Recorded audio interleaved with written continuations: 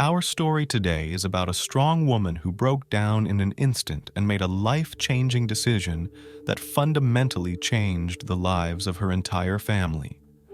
This story will remind everyone how important it is to take your mental health and the mental health of your loved ones seriously, and not to be afraid to speak up when things in life don't go the way you want them to.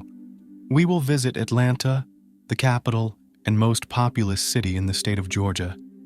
It's a vibrant, busy tourist city that has grown thanks to giants like Coca-Cola and Delta Airlines.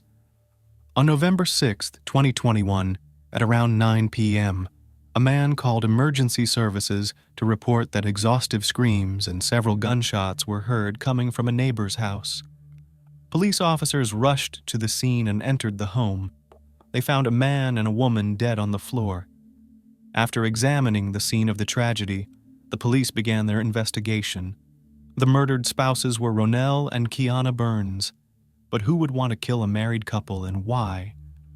The family lived in a large home that was located in the most ethnically diverse county in Gwinnett County. The house itself did not appear to have been burglarized, as all belongings were still in their places.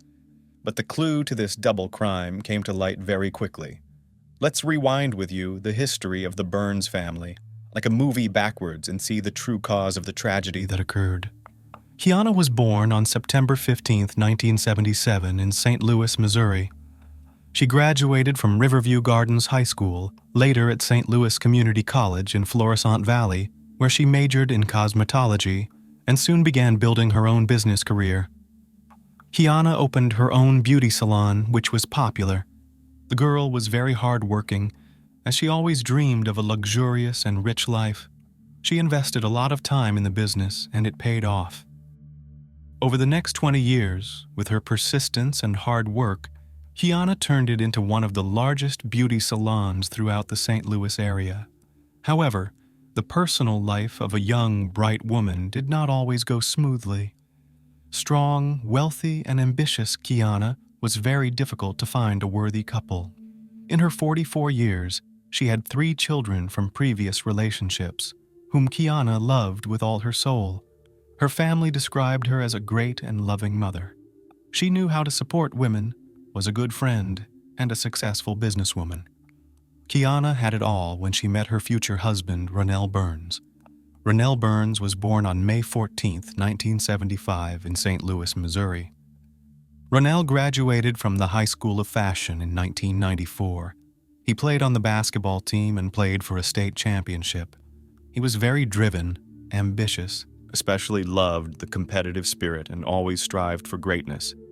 When he met Kiana, he had 2 children of his own from a previous relationship.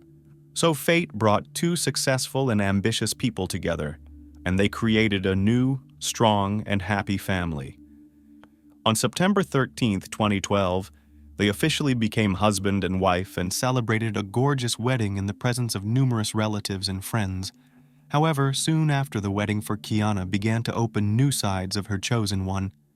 It turned out that at an early age, Ronell dedicated his life to Jesus Christ and wanted to start doing the work of the Lord. He began to serve everyone he could, even those he crossed paths with on the street. Ronell created his own webpage on the internet where he began coaching and preaching. Ronell voiced that in his early years, God spoke to him and told him to help people. One of the calls stated, "Sometimes he can call everyone, and only he can allow things to happen in life." Ronell continued his ministry.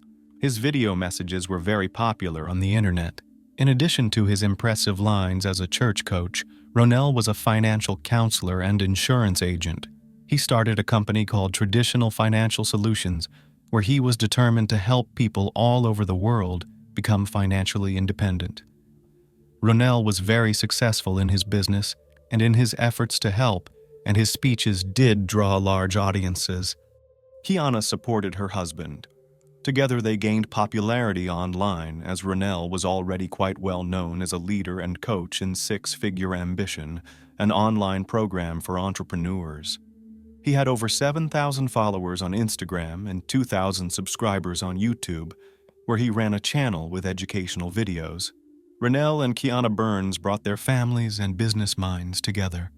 They dreamed together and ended up creating something great that touched thousands of people. Kiana was known as a speaker at business events where she shared lessons and inspiration on how to succeed.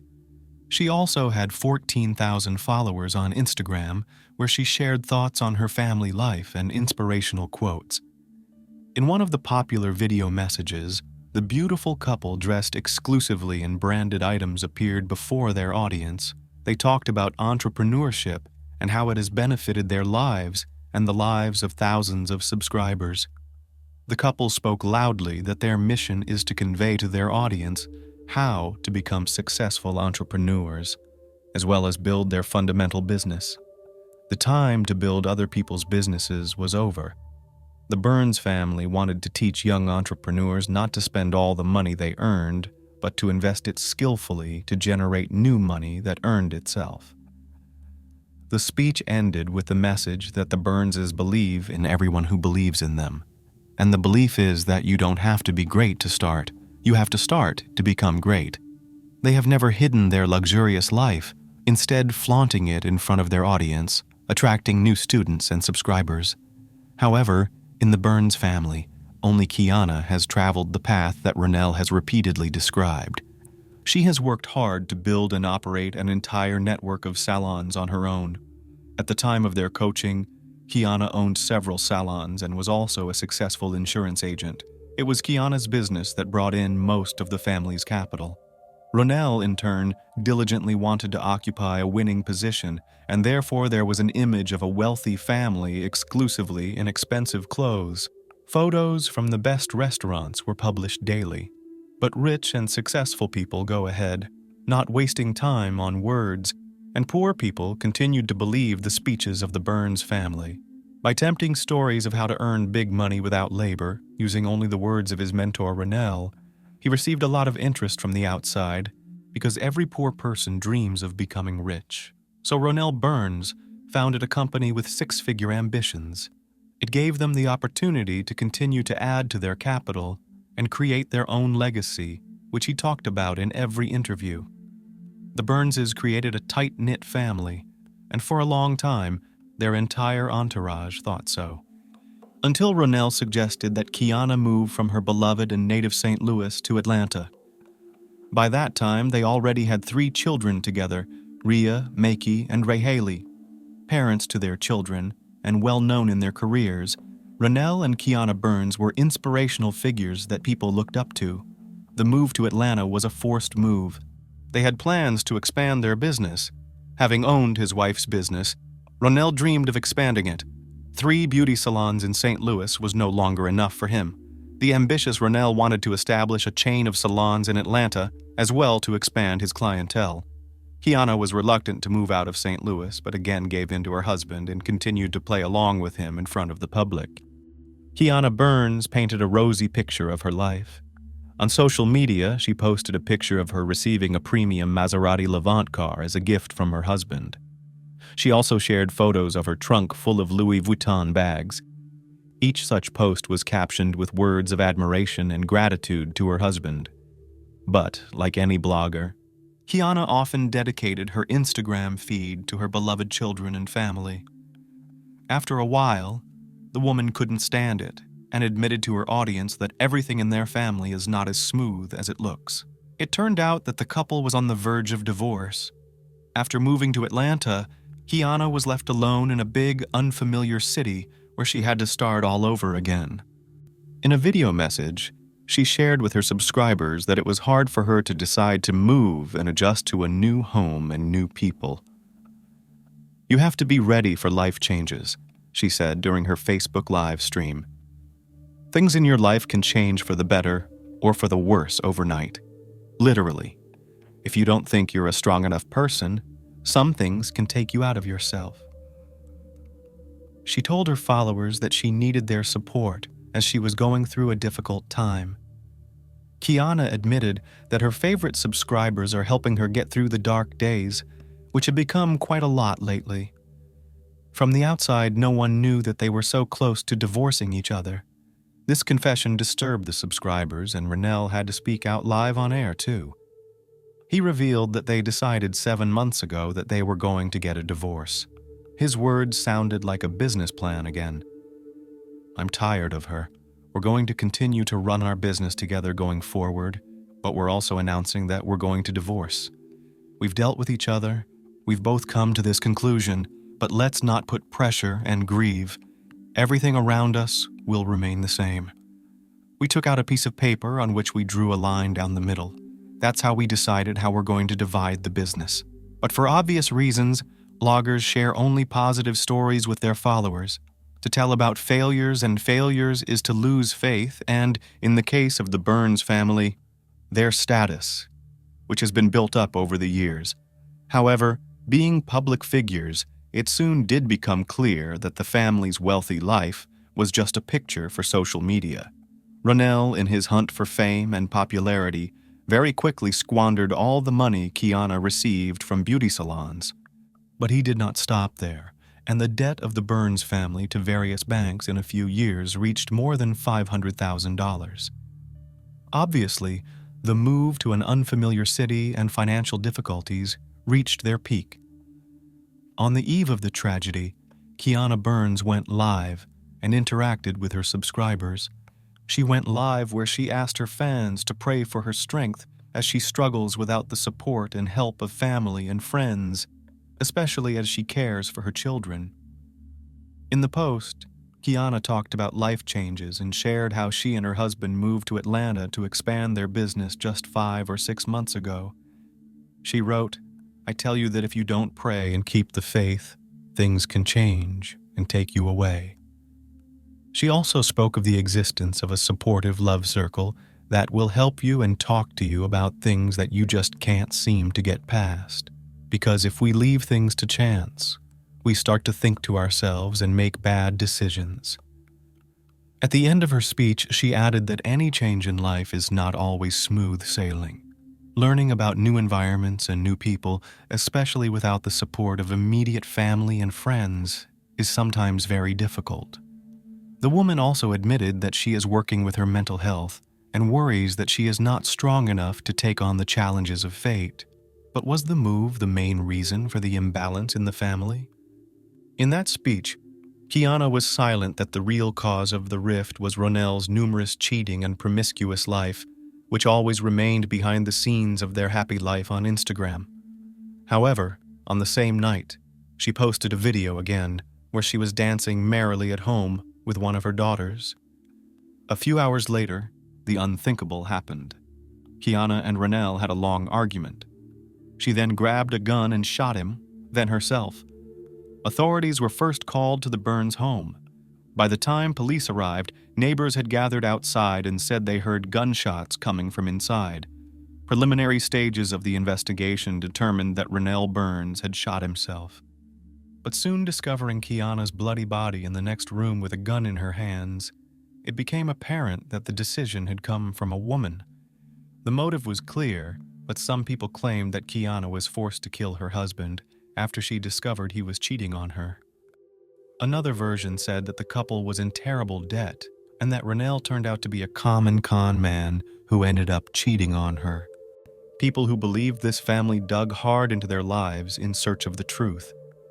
They discovered some very compromising information from Ronell's ex-wife. She claimed that during her divorce proceedings, she had learned that Ronell was a habitual chronic cheater. During that time period, he was extremely irresponsible with his wife's money and also failed to hold down any jobs, which ultimately led to ruin and a ruined credit history for his now ex-wife. Then he met Kiana. She was actually of great interest to Ronell, as she was a successful career woman. She in turn was attracted to Ronell's confidence and swagger. Kiana's fortune and Ronell's experience seemed to be a winning combination, but these expectations were not met, and all their business endeavors eventually collapsed. Only Kiana's beauty salon remained afloat, and from that moment on, despite the lack of income from Ronell, he actively continued to convince everyone what a successful businessman he was. The family successfully hid the real state of affairs and their severe lack of money on social media, continuously showing off expensive purchases. They also carefully hid the problems in their relationship behind happy photos together. On his account, Ronell continued to publish posts about his business endeavors, where he claimed that everything he takes on becomes successful and profitable. The Burns couple showed themselves to be devout Christians, and in each post, they added quotes from the Bible and other holy scriptures that fit the meaning of the speech. The couple also posted photos of their luxurious residence, showing the public their wealth and family in great detail. However, all these photos, which they showed in their home or at a party in front of cars or on vacation, in reality were only a cover and show. Ronell worked for an American marketing insurance company that extorted money from middle and lower income families. In fact, the man tried to involve even his family members and friends in this fraudulent scheme in order to raise his status, but Ronell did not get enough money from this activity in the firm and could not support himself. They kept convincing everyone around them that the new business was successful and they themselves were successful entrepreneurs.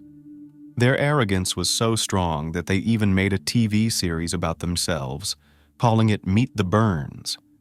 Everything they supposedly earned was immediately spent on a lavish lifestyle and a desire to feel like someone they really weren't. Such profligacy eventually led them to bankruptcy. So on December 19, 2019, Kiana and Ronell Burns filed an official bankruptcy petition. The couple had to liquidate some of their assets to pay off their creditors. While this was going on in their lives, Ronell and Kiana still continued to pretend like nothing was going on. They continued to portray themselves as a happy family and successful businessmen. But in St. Louis, it was getting harder and harder to do that. So Ronell decided that their family should move to a bigger city so that he could continue to scam more people with impunity. This became another stupid and failed decision on his part. They still had a thriving business that was the family's only source of income. Unfortunately, Kiana once again went along with her husband and agreed to the move. Kiana couldn't get used to Atlanta. She already knew that her husband had cheated on her repeatedly. The woman was tired of being patient and silent. Together, they made the decision to divorce. But in papers filed on October 10, 2021, Ronell listed his wife's infidelity as the reason for the divorce. Kiana was destroyed, but she understood the reasons as family and friends had no idea of the couple's difficulties. Ronell hid the truth from the public in hopes of preserving his image. On October 20th, 10 days after Ronell filed for divorce, Kiana went on live TV that day to talk about something much more serious. The bright smile she often displayed was now replaced by an expression of concern and sadness. After divorcing his first wife, con man Ronell Burns had remarried the successful and wealthy Kiana, and using his new image as a devout guru, he seemed a changed and reliable man. But in reality, he hadn't changed and continued to take advantage of his new wife's trust and money by playing the successful businessman. What seemed like a perfect union was over. On November 9, 2021, 44-year-old Kiana Burns shot and killed her husband, 46-year-old Ronell Burns, before pointing the gun at herself and committing suicide. The Sandy Springs Police Department said no one was home at the time of the murder, but the couple left behind 8 children who will now grow up without parents. Police said there was no history of domestic violence at the family's Atlanta home. Kiana Burns committed this a few weeks after asking her Facebook friends to pray for her. The reasons for this decision by Kiana Burns are unknown. One can only speculate what prompted the strong-spirited woman to make such a drastic decision. It is obvious that at that time she saw only such a way out while in a difficult condition. She withdrew into herself through unsolvable inner problems. She was tired of appearing to be happy instead of being happy. All their life together, they had portrayed that they were happy. However, everything in this family was a farce and a game. Absolutely everything. Kiana was tired of lying. It's hard to judge what a person does under a cloud of depression and other debilitating mental disorders, but it's also hard to understand why so many children are left alone in this world, essentially to fend for themselves. News news of the influential couple's death has traveled throughout their vast network of friends and colleagues. The death of Ronell Burns and his wife Kiana has been widely publicized on social media. Numerous followers and friends shared words of regret describing the couple. People close to the couple paid tribute. One post written by a family friend shows that even people very close to the couple didn't know the real truth about the family until the end. Ronell Burns was someone who felt the need to flaunt his success and luxury, and these are usually the most insecure people. He got so caught up in his own self-belief that he mistook his sense of self-worth for a sense of self-importance. Imitating a stormy activity, he was able to ruin the life of more than one diligent and successful woman. Such people have no pride and no sense of dignity. He's just an ordinary con man who dragged his wives to the bottom. But where does a man like him get his pride? He deceived women, making them believe in beautiful fairy tales of happiness and success that awaits them only with him, because it is known that women love with their ears and dream of eternal love. And subscribers, will you say? Who tells subscribers the whole truth? They are strangers for whom they always create a beautiful picture.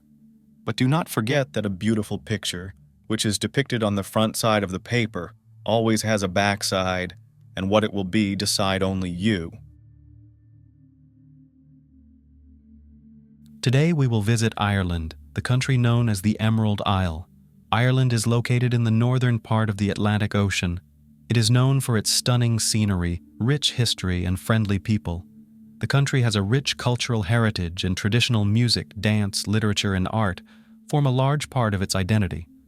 Overall, it is a vibrant and welcoming country with a unique culture and history, making it a popular destination for tourists and a great place to live. But in our story, the protagonist was not lucky enough to meet with friendliness, and the hospitality of her native country played a fatal role in her fate. On January 12, 2022, Ashling Murphy finished her schoolwork.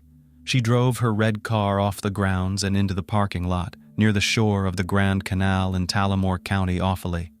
She left the parking lot on foot, wearing a dark blue sports jacket, dark blue leggings, a white t-shirt, a gray scarf, blue sneakers, and a pink wool cat with a brown pom-pom. She was wearing an engagement ring and a gold necklace with the name Ashley on it, and a smart watch with an activity tracker connected to her smartphone. On the path to the bridge, Ashley met a girl who was walking with a dog. The dog ran up to Ashley. She petted him, and they exchanged a few words with the dog's owner. Ashley was watching her health and liked to walk briskly in the fresh air. She had walked about 2 miles and was on her way back to the parking lot when, from behind, a strong hand grabbed her neck in a strangling motion and dragged her into a ditch.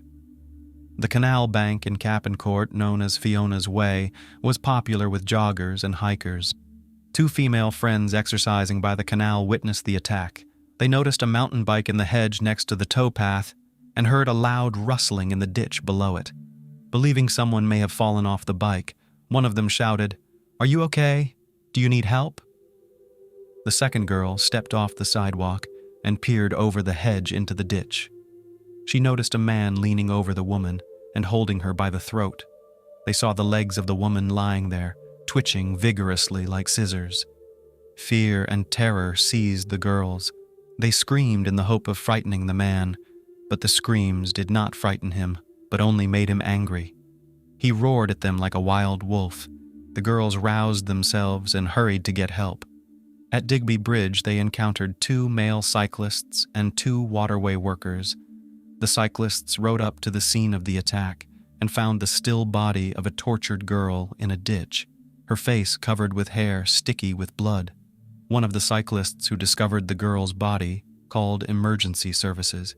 2 police officers arrived on the scene 10 minutes later. The boy indicated the girl's location in the ditch. The police unzipped her jacket and began attempts to resuscitate her, taking turns doing chest compressions.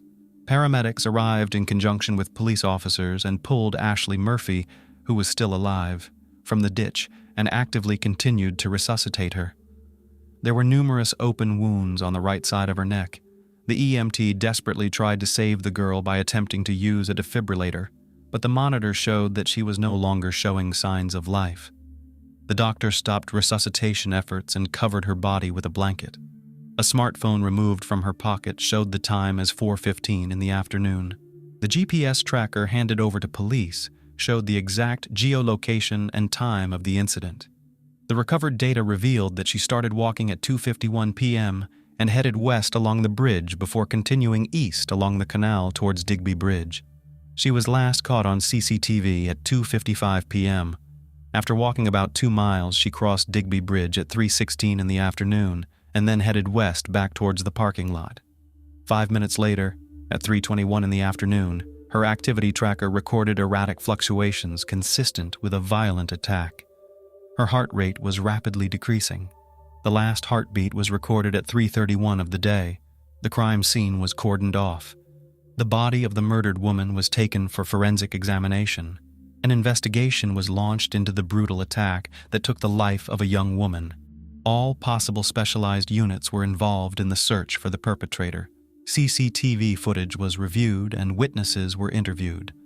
The victim was a young 23-year-old elementary school teacher who did not return home after school. Ashling Murphy was born July 6, 1998, in Blue Ball near Tullamore. Ashling Murphy was the youngest child of Raymond and Kathleen Murphy. She had a brother, Cathal, and a sister, Amy. She attended Tullamore Catholic High School for girls from 2011 to 2017. She then attended Mary Immaculate College in Limerick, graduating in October 2021 with a Bachelor of Education in Elementary Education. In March 2021, she started work at Darrow National School as a deputy teacher. She secured a permanent position at the school beginning in September 2021, where she taught first-grade students until the day of her death. Murphy's family was a talented one. Both parents played traditional Irish music. Ashling played the fiddle from childhood, began mastering the Lancer's whistle, and performed around the country with the National Orchestra. She also participated in traditional music festivals.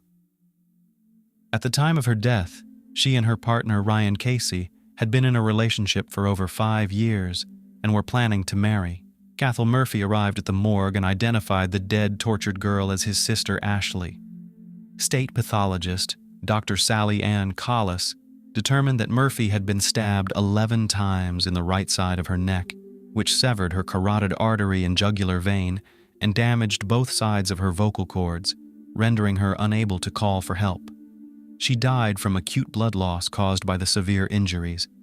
As a result of an active search for the perpetrator, police apprehended a 40-year-old man within 2 hours of the incident based on descriptions given by eyewitnesses, but released him the next day and eliminated him from the investigation. The professionalism and observation of the investigators and the will of chance helped to quickly get the events of that day piece by piece and fully assemble them like a jigsaw puzzle into a single picture. So on January 13th, emergency services received a call about a stabbing. Police and paramedics who arrived at the call noticed 3 stab wounds in the abdomen of the victim, which were not fresh and did not bleed. There were also numerous scratches on the man's face and hands. The victim of the fight was Josef Puska. Investigator Gardai, during his interrogation at the hospital, considered him as a potential victim of the incident. According to Josef Puska, he was attacked by 2 men, stating that one of them threw him to the ground and held him down while the other stabbed him. He also claimed that the scratches on his face, head, and hands were caused by being dragged on the ground during the attack. However, Gardai suggested that the scratches that were recorded on Josef's body as a result of the dragging were more consistent with scratches from the dense briar thickets. By obtaining CCTV footage, it was possible to refute Josef Puska's account of his displacement on the day of the attack on the teacher. Suspecting a connection to the Murphy murder investigation, detectives contacted colleagues in Tullamore. A team of investigators led by Gardai devised a plan to obtain a confession about the January 12th incident in Grand Canal. 2 detectives staged an interrogation of Josef Puska, pretending to believe his story about being attacked by 2 men. Josef Puska changed his testimony several times and was confused about time periods, so when questioned, he lost his alibi. With the help of a Slovakian interpreter, investigators said he had been identified by a witness and CCTV cameras recorded him at the scene during the attack on teacher Ashling Murphy. Under pressure, Puska confessed to the crime. At the inquest, the admission that he slashed Murphy's neck revealed details of her death that have not yet been made public. Pushka also admitted that he stabbed himself in the abdomen to throw the investigation off track. On January 18th, Pushka was released from the hospital and immediately arrested. Garde took him to the police station where his fingerprints, DNA, and blood samples were taken. After Pushka was charged with Ashling Murphy's crime on January 19th, he was publicly identified as 31-year-old Joseph Puskay. In 2013, Puskay moved to Ireland with his wife and 2 children. Puskay and his wife initially lived in North Dublin before moving to Tullamore in 2015. They had 3 other children in Ireland. He was unemployed and receiving Social Security disability benefits. Neither he nor his wife could drive, and he usually traveled by cab, bus, or bicycle. Puskay had no previous convictions for violent crimes, although he had been involved in 2 other attacks on women, one in Prague and the other in the UK. As a minor, he was convicted of consensual intimacy with a girl under 15 in Slovakia. He did not know Ashling Murphy before the attack and had no known motive for the crime. Investigators also found that Joseph had become very active on dating apps in the weeks before the crime and had been in contact with 8 Irish women. Garde suggested that he may have attacked Ashling Murphy with intimate intentions and took her life after she fought back. On the day of Joseph's arrest, Ashling Murphy's funeral was held. Her funeral mass was held on January 18, 2022 at St. Bridget's Church, County Offaly. Among those present were the President of Ireland, the Prime Minister, the Minister for Justice, and the Minister for Education. Ashley's former pupils from Darrow National School lined up in a guard of honor outside the church, each holding a picture of her and a red rose. Schools and colleges across the country observed a minute's silence in her memory at 11 a.m. Her sister, Amy, described Ashley as the light of our lives in the heart of the family. Her lover, Ryan Casey, said, "She was my soulmate. She is my soulmate. She will always be my soulmate. She is the greatest love of my life." Ashling Murphy was buried in the Lower Town Cemetery. Joseph Camen's trial was scheduled for June 6, 2023. The trial was postponed because the prosecution needed additional time to respond to the defense's expert report. The trial began on October 17, 2023, before a jury of 9 men and 3 women presided over by Mr. Justice Tony Hunt. At trial, Pushka pleaded not guilty to the murder of Ashling Murphy. During the trial, the jury heard evidence seized from CCTV and geolocation of Ashley and Pushka's movements on the fateful day. The court heard testimony from several eyewitnesses and was able to establish that Camen confessed to the crime 2 days after Murphy's death. Forensic evidence was also heard in relation to DNA and fingerprints. The jury was told that Pushka's DNA matched DNA taken from the handlebars of a mountain bike found at the crime scene, while his fingerprints were found on the seat of the bike. In addition, Camen's DNA matched 1 time out of 14,000 with male DNA found under Murphy's fingernails after she tried to fight off her killer. The prosecution argued that the evidence obtained against Camen was more than enough to prove and convict. Joseph Cannon's defense argued that in this case, he was an innocent victim who was stabbed 3 times by Ashley's attacker, and he was trying to protect her. Joseph presented to the court how an unknown man wearing a surgical mask stabbed him 3 times in the stomach before killing Ashling Murphy. He claimed he tried to help Murphy deal with her injuries, but then left the scene because he was too scared. He claimed he had no memory of confessing to the crime. The defense argued that Puskay confessed while under the influence of medication following surgery, a surgery that a medical expert testified could have influenced his confession. However, an expert pharmacologist, Professor Michael Ryan, refuted this claim, saying that it is impossible for someone to confess to a crime after a small amount of medication. In addition, Pushka has previously given several different accounts of the events of January 12th and has already admitted that he lied to Gardaí on several occasions, including when he claimed he was stabbed in a fight. On November 9, 2023, after a trial that lasted more than 3 weeks, the jury deliberated for only 2 hours before reaching a unanimous verdict of guilty for suspect Joseph Puska. The judge said he was pleased that the jury would not spend any more time considering the nonsense that Pushka put forward in his defense. He said there would be a day of reckoning for Joseph and said, "There is evil in this chamber. There is no doubt about it." The jury heard he stabbed Ashling Murphy several times in the neck, causing her to die from acute blood loss. Joseph Puskaj, an immigrant from Slovakia, was sentenced to life in prison with parole eligibility after 12 years. Murphy's mother held up a photo of her daughter in court during the judge's comments. Murphy's friends and family applauded as the jury left the box. Speaking outside the court after the verdict was announced, Murphy's brother Cathal thanked the jury for their patience and fortitude throughout this incredibly difficult trial. He said his sister had been subjected to unfathomable abuse and stated, "The trial cannot bring back our dear Ashling and cannot heal our wounds. But we are relieved that this verdict does justice. It is simply imperative that this vicious monster never be able to harm another woman again." In June 2023, the Slovakian nationals, Cannon's wife, as well as two of his brothers and their wives, were arrested and charged with withholding information related to the Ashling Murphy investigation. All five were placed under arrest in December 2023. Their trials are scheduled to begin in April 2025.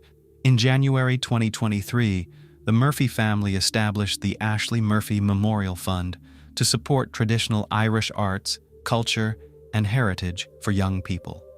Mary Immaculate College and the Irish National Teachers Organization have jointly established the Ashling Murphy Memorial Entrance Scholarship, awarded annually to a first-year undergraduate student who demonstrates exceptional achievement and talent in the field of traditional Irish music.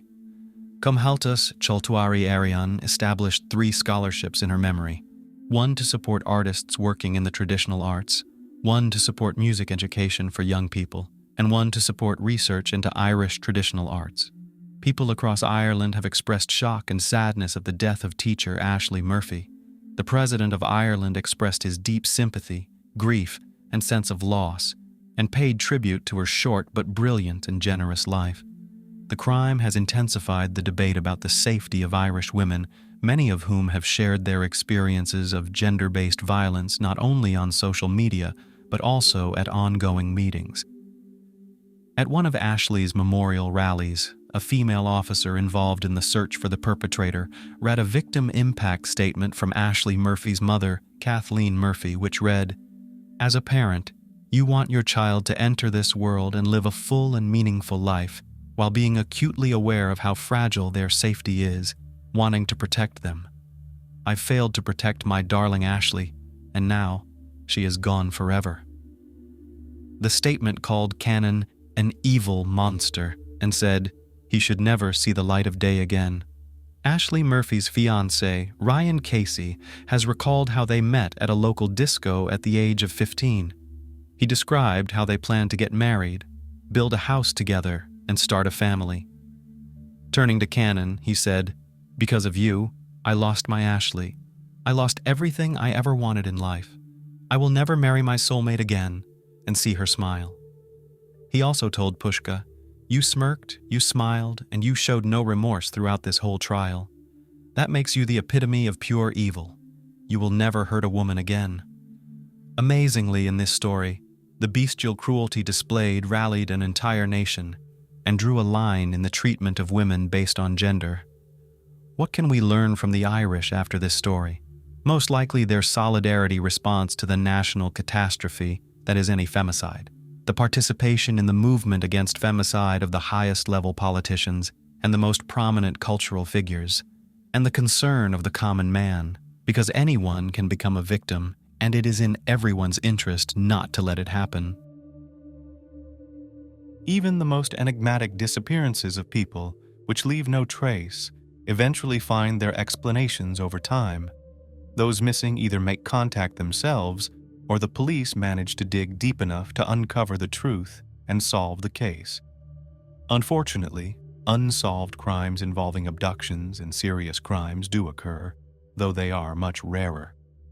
However, sometimes the investigation is just one step away from a breakthrough, but for some reason, the full picture remains elusive. The case of a young Canadian woman named Alicia Ross. who vanished without a trace in the middle of the night from her own bedroom, would likely have remained unsolved. The police were unable to find either a body or any significant evidence, and as a result, the investigation merely stagnated, attempting to stitch together a case against an innocent person who was suspected from the start. It might have ended up that way had the criminal not turned himself in to the police.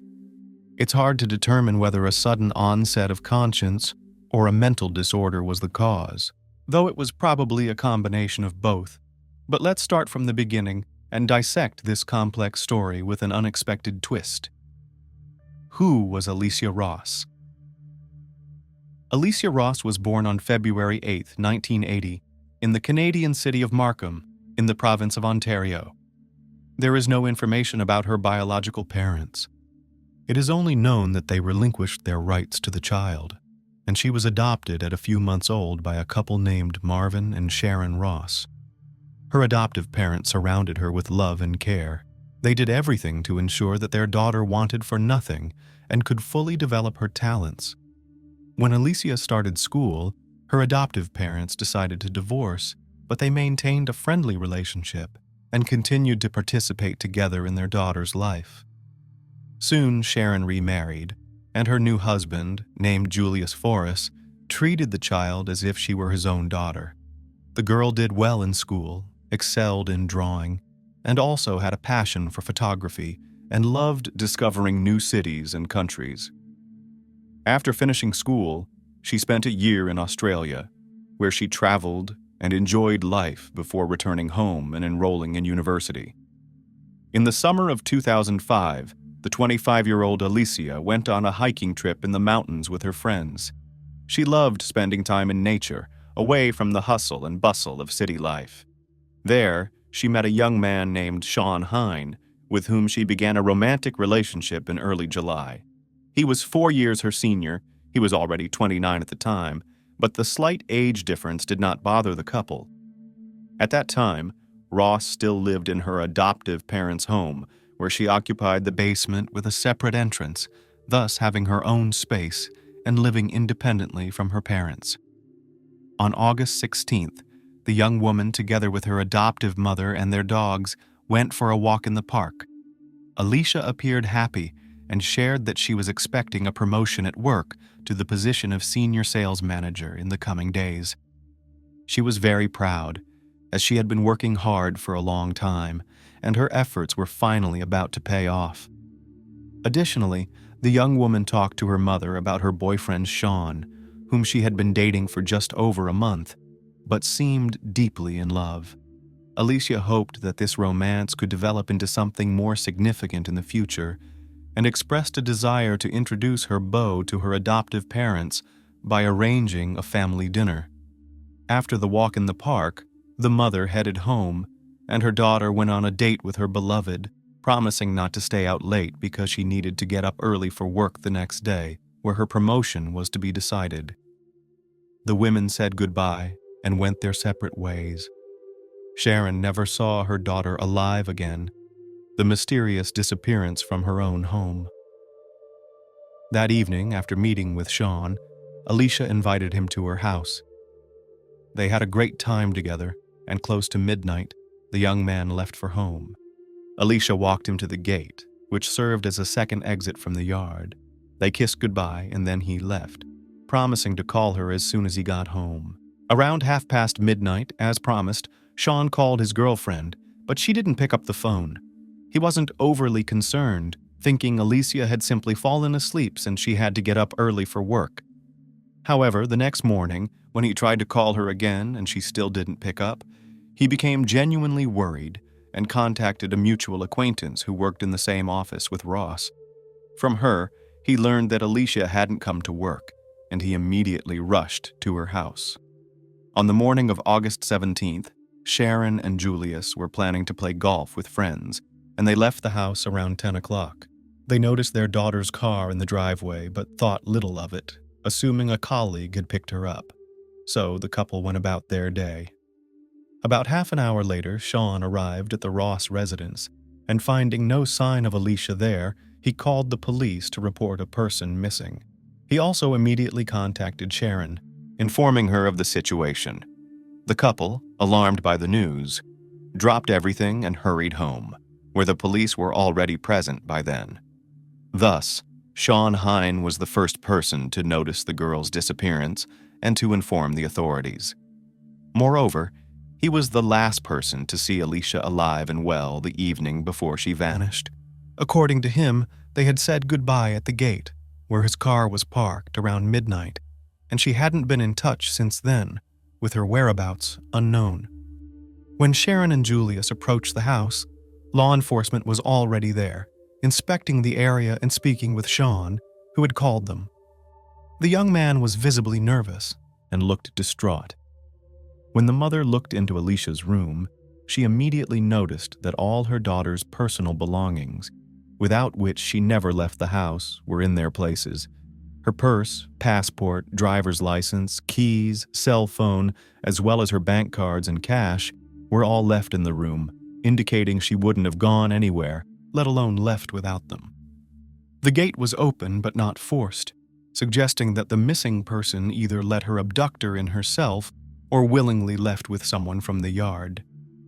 In the backyard, the police found some disorder. The lawn and flowers in one spot were trampled as if someone had fallen there.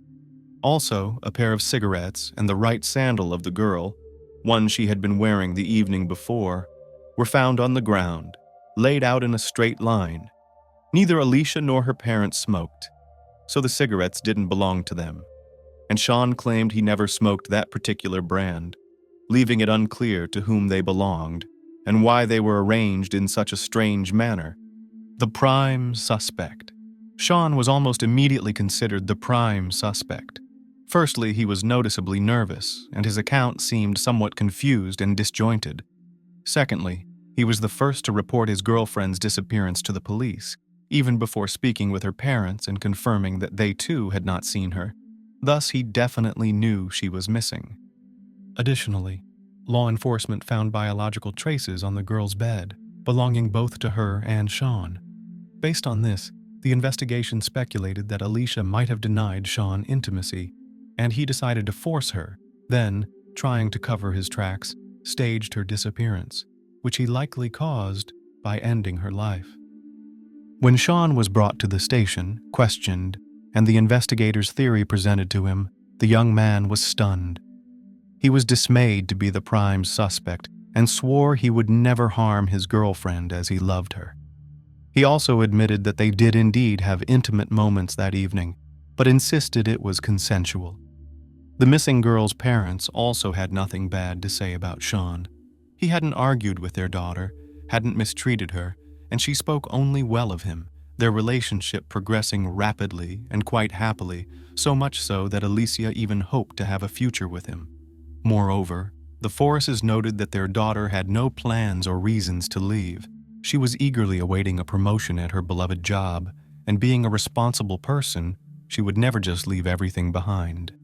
But even if some unforeseen circumstances had arisen, she would certainly have informed her parents and definitely would not have left without her documents, money, and phone. The police lacked sufficient evidence or grounds to detain Sean, and so after questioning him at the station, they released him. Nevertheless, law enforcement did not rule him out as a suspect and continued to keep an eye on the young man. Sean himself appeared depressed and very upset. The extensive search effort. The search for the missing woman commenced the day after her disappearance. Initially, a thorough inspection of the home and yard was conducted, and investigators closely examined the surrounding area and interviewed neighbors. However, no one reported hearing or seeing anything suspicious that night. Law enforcement theorized that the woman vanished sometime between midnight, when she said goodbye to Sean, and sunrise, a time when the streets are usually quiet and deserted, making it difficult to find witnesses. Flyers with Alicia's photos were distributed throughout the city, listing phone numbers where people could provide any information about her whereabouts. The story of the missing woman was featured in the news and made headlines in popular publications, generating significant public interest and prompting hundreds of volunteers and concerned citizens to join the search. The police received dozens of calls daily related to the case. Although most information turned out to be false or mistaken, each tip and theory was investigated in the hope of finding any leads. The search area continually expanded, involving more people, and thorough checks were conducted in abandoned buildings, wooded areas, and wastelands. Sean also actively participated in the search efforts, despite still being the prime suspect. Feeling wronged, the young man turned to the media and gave a significant interview, where he shared how deeply he loved Alicia and displayed photos of them looking very happy together. He tearfully pleaded for help in the search, appearing utterly devastated by the situation. The search for Ross became one of the most extensive operations in Ontario's history. Every difficult-to-reach place, ravine, and marshy area was scoured, but no clues, leads, or even hints about the missing woman's location were found. Her parents also appealed to the public through the media, expressing their belief that their daughter was alive but being held against her will somewhere. They implored whoever had their daughter to let her return home unharmed and not to harm her in any way. Sean's unexpected arrest. The police leaned towards the theory that someone Alicia knew personally had abducted and possibly ended her life. This hypothesis was supported by the lack of signs of struggle, no evidence of forced entry, and the gate being left open, but no concrete leads were found. The cigarettes found on the ground bore only a heavily smeared fingerprint, which couldn't be identified.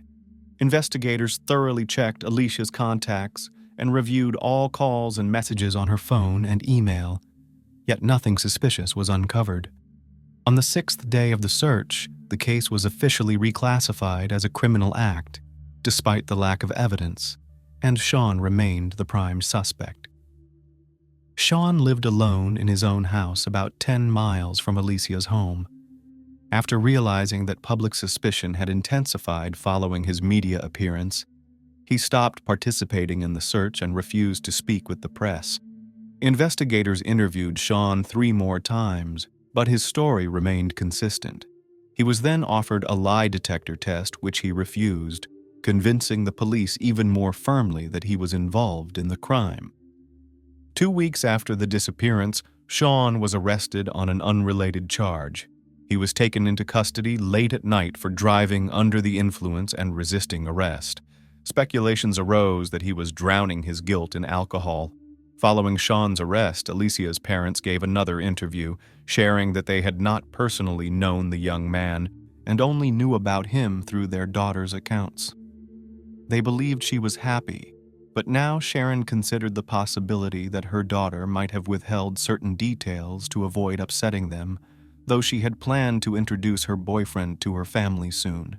Police interviewed Sean's neighbors to determine if they had noticed anything unusual recently, such as him disposing of large trash bags, behaving suspiciously, leaving unexpectedly, or cleaning his car. However, no significant information emerged from these inquiries. Detectives were left hoping that Sean might eventually confess to everything, an unexpected turn in the case.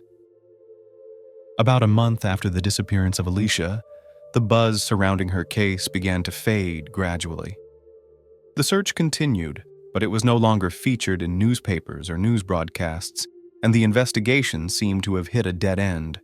The only option left for law enforcement was to keep pressing Sean, hoping he would crack and confess to everything. Then a completely unexpected twist occurred in the case. On September 20th, 2005, more than a month after Ross disappeared, 31-year-old Daniel Sylvester, who lived nearby, called the police and confessed to ending the girl's life, pointing out where he had hidden her body. It's important to note that this man was never under suspicion, and the police had not considered him at all during their investigation. Initially, it seemed that the man simply craved fame and attention, and thus decided to take responsibility for the most notorious case in recent years. However, all doubts were dispelled when the police found the girl's body at the location he had indicated. Who is Daniel Sylvester? But let's first delve into who this new person of interest is, and why the police hadn't taken an interest in him earlier. Daniel Sylvester was an unemployed recluse living in his mother's house, which was adjacent to the Ross family home. Their properties were separated by overgrown shrubs, forming a virtually impenetrable barrier.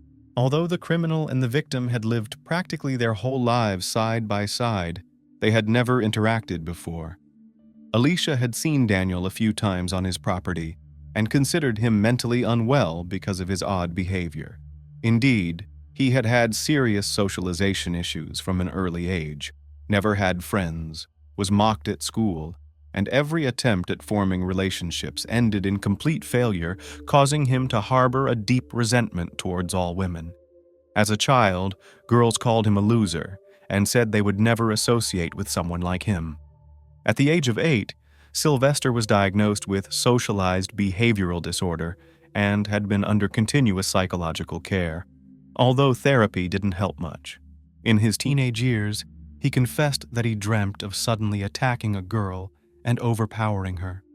This thought excited him, but specialists were confident that such fantasies would remain just in his imagination. After finishing school, Daniel stopped attending therapy sessions, decided not to continue his education, and became a recluse. He lived in his mother's house, almost completely isolating himself from the outside world. He spent his days sitting in his room, often on adult websites, and occasionally ventured out in the evenings to secretly watch his neighbors, peeping into their windows. He especially enjoyed watching when someone was engaging in lovemaking. This spectacle excited him, yet Daniel remained a virgin well into his 30s, satisfying himself with solitary activities. The neighbors hardly ever saw him, and thus considered him a harmless guy, the mutilated body. Initially, Sylvester claimed that the girl's death was accidental, and he hid the body to avoid punishment. According to him, when he realized the girl showed no signs of life, he placed her in the trunk of his mother's car and drove about 50 miles out of town, hiding the body in a bushy ravine by the side of a country road. 3 weeks later, fearing that the body would be discovered, he moved it in the middle of the night even further away, to a deserted area. The body was found in the place Daniel indicated, thereby dispelling the last doubts about his guilt. However, the condition of the remains indicated that the girl had been dealt with extreme cruelty. The injuries were such that it looked as if she had been hit by a car. An autopsy showed that Alicia had nearly all her ribs broken, her neck, both arms, and also suffered extensive closed cranial trauma with internal bleeding. The exact cause of death could not be determined, but at least 3 injuries were incompatible with life. Forensic experts were shocked, as they had never encountered anything like it before. It was now necessary to clarify all the circumstances and chronology of events of that fateful evening to learn how exactly the girl received such injuries. The full picture and chronology of events. Initially, the convict claimed that he had an argument with his neighbor on a bush-covered path between their homes. At some point during the verbal altercation, she called him a loser, which angered him, and he struck the girl on the head. When she fell, he kicked her several times in the chest. When he realized she was not breathing, he decided to hide the body, and then moved it again when the search area expanded. However, something in his story did not add up. There were missing details and specifics. For instance, it was unclear what Daniel was doing at his neighbor's house at night, why they began arguing, what caused such a brutal beating, and why the evidence found at the scene was laid out in a straight line. Restoring the full picture of events was challenging, but law enforcement managed to do so. That evening, Sylvester went out to spy on his neighbors. He noticed that Alicia's boyfriend had come over, and he approached their house closely. As the couple was being intimate, he watched them from a window. Then he moved back to the bushes, but did not leave. Closer to midnight, the lovers went outside and kissed by the gate, just a couple of feet away from the lurking neighbor. When Sean left, the girl returned to the yard and noticed Daniel. She became very angry, realizing that he had been spying on her and her boyfriend all this time. She started yelling at him, calling him a pervert, and demanded that he leave immediately. Finally, Ross called him a loser, after which she turned around and was about to go back into the house. But this last word acted as a trigger, because that's exactly what other girls had called him in childhood. Sylvester was filled with rage, punched the girl powerfully on the head, and knocked her to the ground. She tried to resist and grabbed her attacker's hair, but he began to choke her. When his grip loosened, Daniel quickly stood up and began kicking Alicia while she lay down. He mostly struck her chest, back, neck, and head. Forensic experts later counted 33 fractures on the victim's body and extensive internal bleeding. When the man realized that his neighbor was dead, he moved her body to his garage, stripped her naked, and then masturbated according to his statement to relieve tension. The examination confirmed that Sylvester did not violate the body. He then put the corpse in the trunk of his mother's car and took it to a secluded place outside the city. Upon returning home, the criminal took a shower, changed clothes, and behaved as if nothing had happened. His clothes, as well as the victim's belongings and the towels he used to clean the crime scene, were packed in trash bags and disposed of. The trial and sentence. The court proceedings for this case began only in April 2007, at which time new details were made public. The defendant confessed that he ended his neighbor's life, but he and his lawyer insisted that it was unintentional.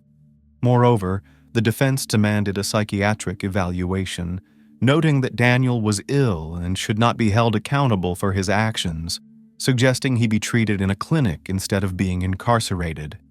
However, the prosecution argued that despite his mental illness and issues with anger management, Sylvester acted with full awareness of the consequences of his actions. He mercilessly kicked the girl with full force, knowing that it would likely result in her death. Nevertheless, the ordered psychiatric evaluation confirmed that the defendant could indeed be fully responsible for his actions. Regarding the items found in the backyard, Daniel never confessed to having placed them there, arranged in a straight line. On May 7, 2007, the defendant was found guilty of second-degree crime and sentenced to life imprisonment with the possibility of parole after 16 years. A year later, Canadian singer-songwriter Kathleen Edwards wrote a song titled Alicia Ross, which depicted the events from the young woman's perspective during the last minutes of her life.